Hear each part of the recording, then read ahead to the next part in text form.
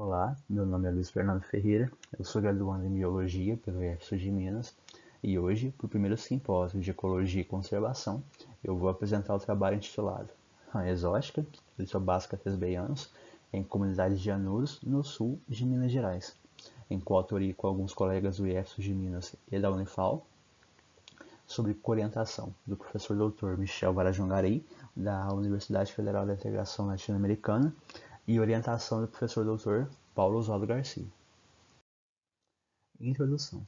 As espécies exóticas ou invasoras, elas são organismos introduzidos fora de sua região natural que ameaçam a diversidade e o ecossistema local devido à falta de um predador comum. Vale ressaltar que esses organismos eles podem trazer não só risco ao ecossistema, como por exemplo a tilápia, mas também à saúde humana, como por exemplo o caramujo africano e o mosquito da dengue. Além disso, o estabelecimento e a invasão de uma espécie é altamente variável e depende das condições específicas do ambiente. Bem, durante o levantamento da neurofauna no sul de Minas Gerais, na cidade de Muzambinho, em um fragmento de Mata Atlântica, foi observado a presença da rantura americana. A rantura americana é uma espécie nativa da América do Norte. Ela se caracteriza por apresentar um grande tamanho corpóreo, do tamanho de uma grande rã. Ela apresenta um grande investimento em reprodução, ou seja, ela se reproduz ao longo de todo o ano. Ela tem facilidade de adaptação, por não ter um predador comum e por ser uma espécie totalmente generalista. Ela tem facilidade em estabelecer grandes populações nos locais invadidos, devido a essa grande taxa de reprodução, e uma ampla dieta, sendo assim considerada uma grande ameaça aos ambientes e um potente competidor. Objetivo. O objetivo desse trabalho foi relatar a distribuição espacial e temporal de Litobasca thesbeianus em fragmentos de Mata Atlântica localizado no IFSU de Minas, em Muzambinho, sul de Minas Gerais. Material e métodos. A área de estudo. A área de estudo ela consiste no fragmento de Mata Atlântica, no qual nós alocamos 3 pontos de amostragem, sendo eles uma borda florestal, uma lagoa artificial e um interior de floresta. Vale ressaltar que esses ambientes eles apresentam em comum a disponibilidade de água, que é essencial para o grupo, mas eles são muito diferentes em questão de vegetação e condições ambientais. A amostragem ocorreu entre outubro de 2019 e março de 2020, e depois tivemos uma pausa por conta da pandemia do Covid-19, e retornamos em setembro de 2020 até fevereiro de 2021. Sendo assim, nós pegamos a estação favorável para o grupo. Nós utilizamos campanhas mensais de 6 horas, ou seja, 2 horas por transecto. Transecto esse que foi alocado em cada ponto amostral. Esse transecto apresentava 60 metros de comprimento, no qual a cada 15 metros de distância nós alocamos pontos de escuta. Em cada ponto de escuta nós ficamos 10 minutos fazendo busca ativa auditiva, e entre cada ponto de escuta nós ficamos 20 minutos fazendo busca ativa visual.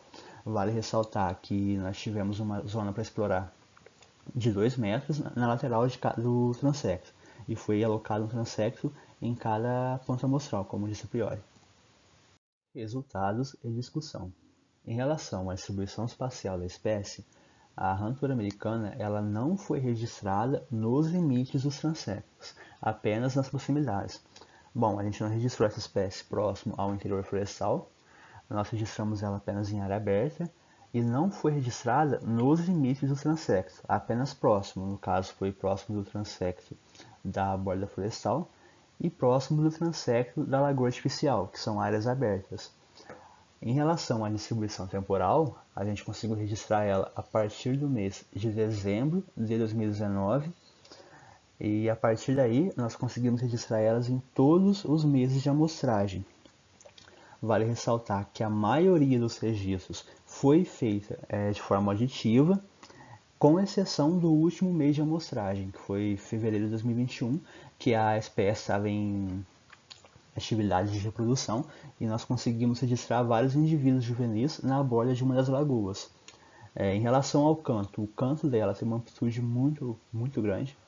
É estrondoso o canto dela, nós conseguimos perceber que quando ela vocaliza, as outras espécies elas cessam a vocalização ou diminuem, devido ao gasto energético que tem para competir com espécie, além de ser uma espécie que tem incluso no seu cardápio vários outros anfíbios, então para evitar a predação também. Aqui eu trouxe a localização dela.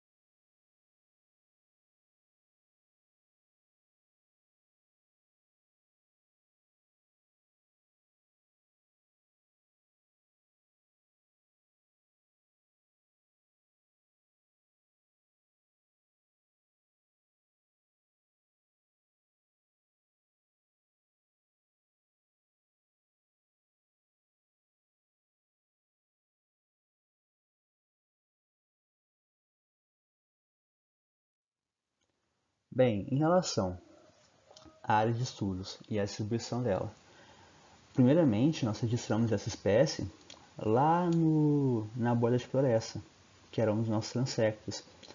Só que não foi registrado nos limites do transecto. Tinha uma lagoa acima do transecto no qual nós conseguimos realizar o registro dela, primeiramente, de forma auditiva. Posteriormente a isso, alguns meses depois, nós começamos a registrar essa espécie lá na Lagoa Artificial, numa das bordas da lagoa. E posteriormente, nós conseguimos registrar ela numa segunda lagoa que não foi amostrada, mas que estava entre a borda de mata e a Lagoa Artificial. Vale ressaltar que esse fragmento ele é completamente interligado por corpos d'água. A lagoa onde primeiramente nós registramos essa espécie, ela desemboca em uma segunda lagoa, e a segunda lagoa desemboca na lagoa artificial que foi amostrada. Além disso, essa lagoa artificial ela desemboca num pequeno córrego que tem dentro do interior da floresta. Ou seja, a dispersão não só da espécie Elitobasca thesbeianus, como de todas as outras espécies, é muito facilitada dentro desse fragmento. Bem, como foi dito, o Elitobasca thesbeianus ela é um potente competidor, tanto direto quanto indireto. Direto porque ela pode predar aqueles animais, e indireto porque ela pode acabar com recursos, porque ela sobrepõe um nicho acústico de muitas espécies de rãs que costumam vocalizar no solo por não conseguir trepar, por não ter ventosas, e na borda da lagoa para chamar a atenção da fêmea. Além disso, a sua colonização ela está associada à facilidade de estabelecer populações devido à sua reprodução prolongada. Aqui vale ressaltar, né, invocar o trabalho de Wells, 1977, que define dois padrões de reprodução dos anúrios. O primeiro é o prolongado, no qual uma espécie consegue se reproduzir durante vários meses do ano, e o explosivo, no qual a reprodução da espécie ela se concentra num pequeno período, em alguns dias, mas ela se reproduz muito. Na Litobasca thesbeianus, essa reprodução é prolongada, então ela se reproduz em vários meses do ano. Além disso, os machos são totalmente territorialistas e na sua dieta estão inclusos muitos anúrios. Bem, aqui é um competidor direto, né, por ser territorialista. E na questão da dieta também, vale ressaltar também que na dieta desse anúrio está incluso muitos outros animais. Tem registro na literatura dele pegando até morcegos e algumas toupeiras. E em Goiás, essa espécie ela está associada com o declínio de duas outras populações de rãs, que no caso são Leptodactylus latrans, conhecido popularmente como rã-manteiga, e Leptodactylus labyrínticos, conhecido popularmente como rã-pimenta. E ambas essas espécies foi registrado no fragmento em questão no ano de 2020, e elas co-ocorriam no mesmo ambiente que a Litobasca thesbeiana. Sendo assim, a gente conclui que, devido ao fato do fragmento ele ser interligado pelos cursos da água, a dispersão dessa espécie ela pode ser facilitada e ela pode, em algum momento, atingir o interior de floresta, que no trabalho passado nós concluímos que é o interior mais importante para o grupo, porque lá ele tem a maior quantidade de espécies e espécies especialistas quanto ao uso de ambiente. Além disso, nós precisamos investigar mais a fundo esse trabalho, porque essa espécie, porque nesse trabalho a gente está apenas apresentando um relato do que foi observado, e após algumas investigações mais profundas, algumas medidas têm que ser tomadas, né? Como por exemplo, a captura e o abate de indivíduos, segundo a Lei de Proteção da Fauna, né? A Lei número 5.197 de 1967, e segundo a Instrução Normativa, né, número 141 de 2006, as espécies invasoras elas são consideradas nocivas aos ecossistemas e às espécies nativas, o que torna seu abate permitido, desde que caracterizado pelo órgão competente. Ou seja, nós temos que investigar mais a fundo e com a autorização do órgão competente nós podemos realizar esse abate. Mas para isso depende de muitos outros fatores. Além disso, na questão de educação ambiental, nós temos que promover ações que alertem os criadores de rã e fiscalizem essas empresas, né? Porque a soltura dessas espécies quando a ranicultura não dá certo é muito comum. Além disso, como uma das fases dos anfíbios elas são girino, é muito fácil a dispersão dela através de canos e assim ela pode alcançar a natureza muito fácil. Então nós temos que promover essas ações e fiscalizar atividades de ranicultura sobre as consequências da soltura ou do escape dessas espécies no meio ambiente. Bem, aqui tem as referências que foi usada. Eu gostaria de agradecer primeiramente ao CNPq pelo apoio financeiro através do edital de iniciação científica.